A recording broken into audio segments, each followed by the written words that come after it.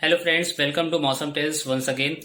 Hope आपको हमारे सारे पिछले वीडियोस बहुत पसंद आए होंगे और आप उसको बहुत ज़्यादा एंजॉय कर रहे होंगे। फ्रेंड्स, मैं आज आपको बताना चाहता हूँ कि महाराष्ट्र में गणेश महोत्सव की शुरुआत बहुत जल्द होने वाली है और बहुत हद तक तो यहाँ पूजा की जो तैयारियां हैं वो शुरू भी हो चुकी हैं।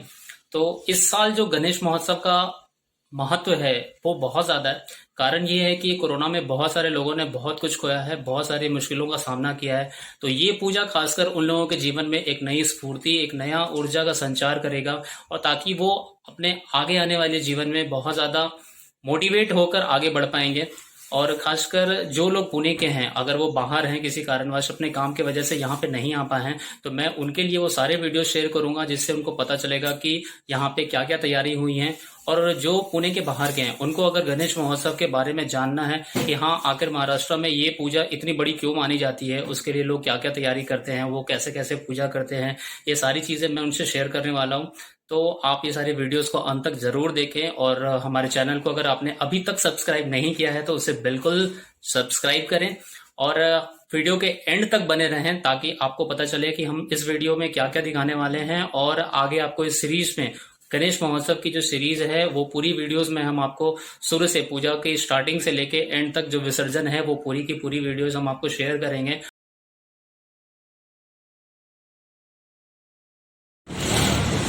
हेलो फ्रेंड्स, अभी हम लोग यहाँ पहुँच गए हैं। पिंपले गुरब में एक सृष्टि चौक है, वहाँ पे एक गणपति कारखाना है और यहाँ पे मूर्तियों का निर्माण किया जाता है गणपति का। तो मैं आज आपको वहाँ पे एक टूर कराता हूँ और आप लोग हमारे साथ बने रहिए।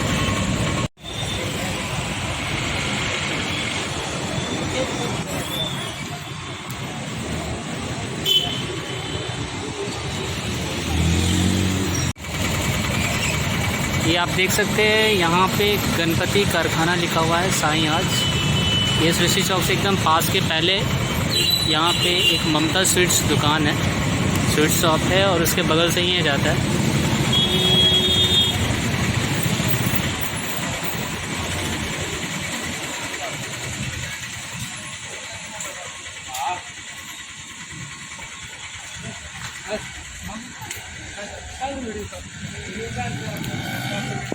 ये साईं आर्ट्स है, गणेश मूर्ति कारखाना आप देख सकते हैं यहाँ पे।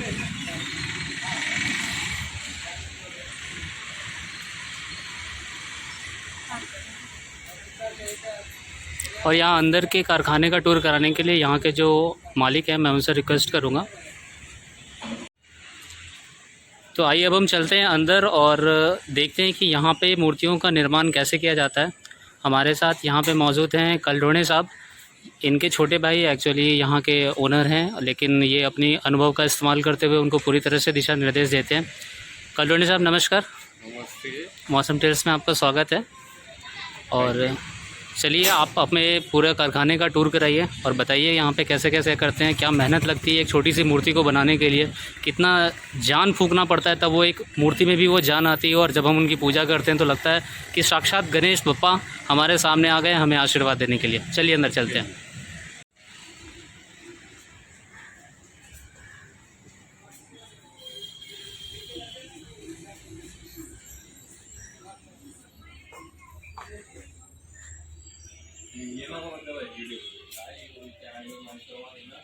ये देख सकते हैं आप कितना सुंदर कारखाना है और यहाँ पे कितनी सारी मूर्तियाँ भरी पड़ी हैं।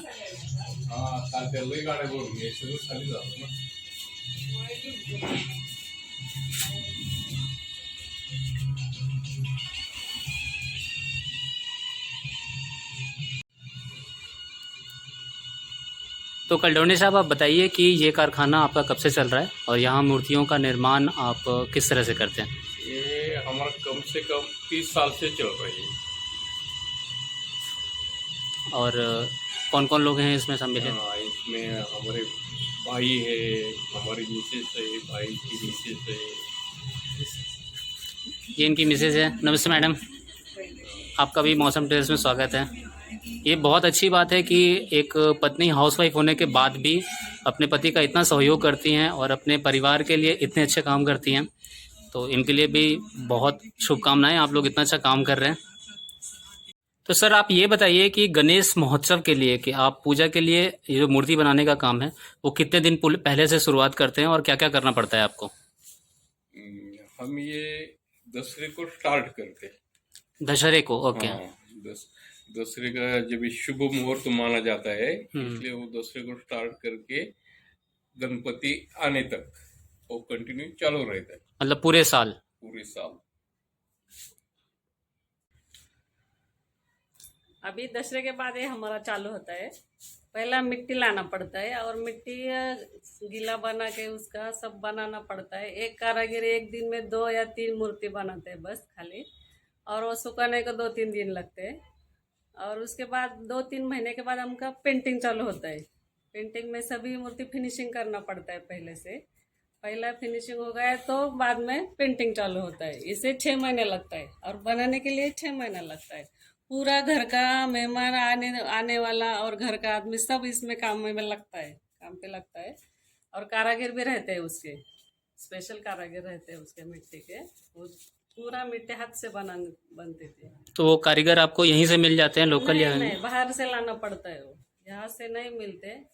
हम लोग अब सब सीख गए, देख के हमारा वो पारंपरिक हो गया पहले से ही, इसलिए हमें सब करना पड़ता है और आता भी है सब। अभी पेंटिंग करना आता है, मिट्टी का वाला भी सब काम हम करते हैं। और ये पूरा साल भर तक चालू रहता है। घर का सब काम काज संभाल के हम ये सब करते काम। मतलब ये पुश्तैनी परंपरा का हुनर अब अपने अपने हाथों में ले लिया है। हाँ हाँ जी हाँ, सब बनाना पड़ता है, सब करना पड़ता है। कुछ प्रॉब्लम नहीं, बाहर का नहीं भी आया तो भी हम सब संभाल लेते हैं उसका। क्या बात है, बहुत बढ़िया। पूरा ये कोरोना के 2 साल तो ऐसे गए, हमने सब घर के आदमी लोग है ना, वो औरत लोग आदमी लोग, उनसे मिला के सब बना लिया है। अभी एक ही बाहर का आदमी नहीं था ये 2 साल में। तो पूरी मेहनत आपने खुद से की है, सिर्फ घर वालों ने? वो खुद सब हमने ही बनाया सब।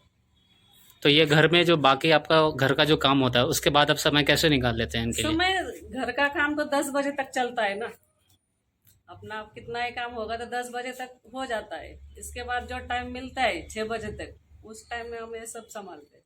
फिर भी लेकिन टारगेट को कंप्लीट करना, क्योंकि करना ही पड़ता है ना। अभी 30 साल हो गए ये काम पे है, तो ये टारगेट पूरा ही करना पड़ता है ना। टारगेट तो जितना है उतना। पहले से तो 4-5 तक हजार तक मूर्तियां जाती थी, अब ये 2 साल में 1-2 हजार हो गई है। अब क्या प्रॉब्लम है, कारीगर लोग नहीं है और घर के लोग 2-4 लोग कितना बनाएंगे, कितना कर सकते हैं एक साल में। इसलिए हमने 2 साल में थोड़ा कम हो गए। मुझे थोड़ी सी ये जानकारी दीजिए कि जो साड़ू की मिट्टी होती है उसका भी अभी निर्माण शुरू हो गया ना, तो वो कब से शुरुआत हुई उसकी, और वो साड़ू की मिट्टी की क्या विशेषता है, क्या महत्व है? साड़ू की मिट्टी तो पहले जमाने से भी आती है, चालू है। अभी मतलब मैं जो दिन थे कई दिन वो पीओपी का हो गया, लेकिन साड़ू का ये तो मिट्टी का है अपने। अच्छा। अपने मिट्टी का ही मूर्ति रहती है और ये पानी में जल्दी घुल मिल जाती है। उसका विसर्जन घर पे होता है। और इसका जो पानी रहता है बच्चे का, मिट्टी रहती है, वो आप पेड़ पौधे को डाल सकते हैं। मतलब विसर्जन घर पे ही कर सकते हो कर उसका? सकते हैं। और उसका निर्माल्य जो रहता है वो वेस्ट नहीं जाता, उसका बराबर होता है ना वो। अभी शायद यहाँ पे 2 तरह की मूर्तियां बनती है ना, एक साड़ू की मिट्टी से बनता है और एक प्लास्टर ऑफ पेरिस से बनता है। तो मुझे थोड़ा ये बताइए कि दोनों मूर्तियां की जो सामग्री है उसमें क्या अंतर होता है, दोनों को बनाने में आखिर कितना अंतर लगता है, एक पहले बन जाता है या समय लगता है, मतलब कारीगर का कितना ज्यादा मेहनत लगता है, और उनके कीमत में क्या फर्क आता है? वो पीओपी का जो मूर्ति रहता है वो डाई से बनाना है, वो जल्दी हो जाता है और उसका खर्चा कम आता है। और ये मिट्टी का रहता है वो पूरा हाथ से बनाना पड़ता है, इसलिए उसका खर्चा और टाइम ज़्यादा लगता है उनके लिए। और ये तो है कि वो 2 या 3 पट ज़्यादा होता है। मिट्टी का जो मूर्ति रहती है उनका प्राइस है 3 से 4 तक गुना हो जाता है। और पीओपी का सस्ता रहता है, वो कम दाम में मिल जाती है वो पीओपी की, इसलिए उसका बनाना जल्दी जल्दी हो जाता है। डाई से बनाते हैं ना, एक आदमी दिन में 100 तक बना सकता है, लेकिन मिट्टी का ऐसा नहीं होता है। मिट्टी का 2 या 4 मूर्ति एक आदमी दिन में बना सकता है, इसलिए उसका जो मैन पावर लगता है वो ज़्यादा लगता है मिट्टी के लिए। अच्छा। और पीओपी में जल्दी जल्दी हो जाता है और जल्दी पानी में घुलता नहीं है। और ये जो गणेश जी के भक्त रहते हैं उनके सब ये होता है कि भावनाएं पानी में घुलता नहीं है ना, तो पर्यावरण के लिए भी थोड़ा पर्यावरण की हानिकारक हानि है। होती है और उनका भी विसर्जन होता नहीं अच्छी तरह से, इसलिए आप मिट्टी सब बना रहे हैं। इसके ऊपर सरकार ने भी बंदी लगाई है, पीओपी का नहीं बनाने का, खाली मिट्टी का बनाने का। ठीक है, सभी को ये मुझे थोड़ी इस बात की जानकारी दीजिए कि कारीगर के हिसाब से, मतलब जो कारीगर ये मूर्तियों का निर्माण करते हैं, आप ही नहीं पूरे महाराष्ट्र में जो और भी निर्माण करते हैं, तो उनके लिए इस पर्व के क्या मायने हैं? उनको तो काम मिलना ही चाहिए ना। कारीगर हर तरह के कारीगर तैयारी होना चाहिए मिट्टी में। अब तो देखता है आपकी हालत कैसी है, कुछ काम नहीं है, सब घर पे बैठे हैं। इसलिए उनका भी कुछ तो होना मांगता है ना, उनके लिए भी काम होगा, वो सीख जाएंगे। नई पीढ़ी मिट्टी का बनाने की सीखेगी ना, तब तो सभी का ही प्रॉब्लम खत्म हो जाएगा। तो अभी ये कोरोना में कितना असर हुआ उनके काम पे? हाँ सर, अब तो जो कारीगर थे वो सब गाँव गए, उनके उनके गाँव गए। उनको भी वो सब ट्रेस रहता था कोरोना का, इसलिए वो तो नहीं रहे ये 2 साल से। गए साल भी नहीं रहे और ये साल भी नहीं रहे, इसलिए जितने आदमी घर पे उन्होंने सब काम किया ये साल, ऐसा हो गया। बाकी तो देखेंगे अभी कब ये खत्म होता है, कब चालू होता है पहले जैसा। मिट्टी के लिए तो ज़्यादा मेहनत ही लगती है, खाली मेहनत का ही काम है मूर्ति बनाने का। कर दिया और हो गया ऐसा नहीं होता, उसमें ज़्यादा मेहनत ही लगती है, उसमें मेहनत का काम रहता है। कल्पना जी ये बताइए, बस संक्षेप में हमें ये जानना है कि मूर्ति बनाने में मतलब शुरू से अंत तक क्या क्या प्रक्रिया होती है? पहले तो ये मिट्टी से बनती है, वो मिट्टी से साँचे में बनाना पड़ता है। फिर वो सूखने के बाद उनका फिनिशिंग करता है।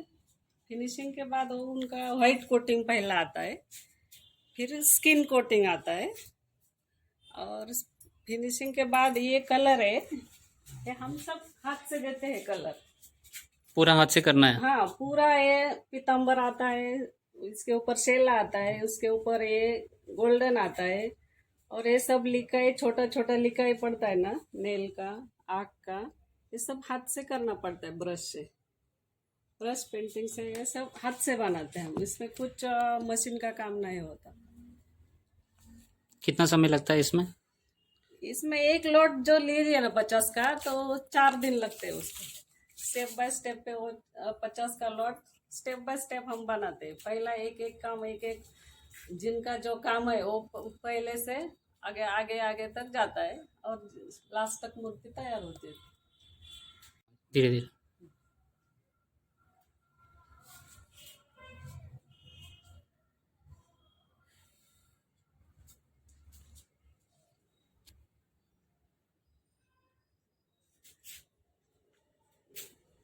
तो ये पीला टैग क्यों लगा है? ये मूर्तियां बिक चुकी हैं। और ग्राहक जो होते हैं ना, उस बुक करके रखते हैं। ये 2 महीना पहले चालू होता है। अच्छा, जिनको जो पसंद आएगी वो बुक करके जाते हैं, और उनका टैग लगता है, फिर गणेश जी के दिन वो लेके जाते हैं। कल्पना जी बस ये बता दीजिए हमें कि मूर्ति जो अगर किसी को बुक करना है तो वो कैसे बुक करता है, और यहाँ पे क्या परंपरा है? मूर्ति खरीदने के बाद उसको स्थापित करते हैं या फिर यहाँ से लेके जाने के लिए क्या परंपरा है? थोड़ा सा सब बताइए हमें। जब ग्राहक आते हैं ना, तब वो मूर्ति देखते हैं, सब स्टॉल जैसा लगा रहता है, उधर डिस्प्ले लगा रहता है, उस पर जो उनको पसंद जो आएगी मूर्ति, वो बोलते हैं ये मूर्ति रख दो हमारे लिए। तो उसके लिए उनके पास भी एक रिसीट रहती है, हमारे पास भी रिसीट रहती है, और ये मूर्ति हम सब उसके मुंह के ऊपर कपड़ा लगा के उनका नंबर और उनका टैग उस पर लगाते हैं। और वो गणेश जी के दिन वो आते हैं, तो वो उनके अक्षदा, हल्दी, कुमकुम लगाते और लेके जाते, घर पे जाके फिर स्थापना करते। फ्रेंड्स ये वीडियो अगली सीरीज में भी जारी है, तो आप हमारे साथ बने रहिए और अगले ब्लॉग में आपको इसके आगे की श्रृंखला नजर आएगी। So please keep watching. Thank you.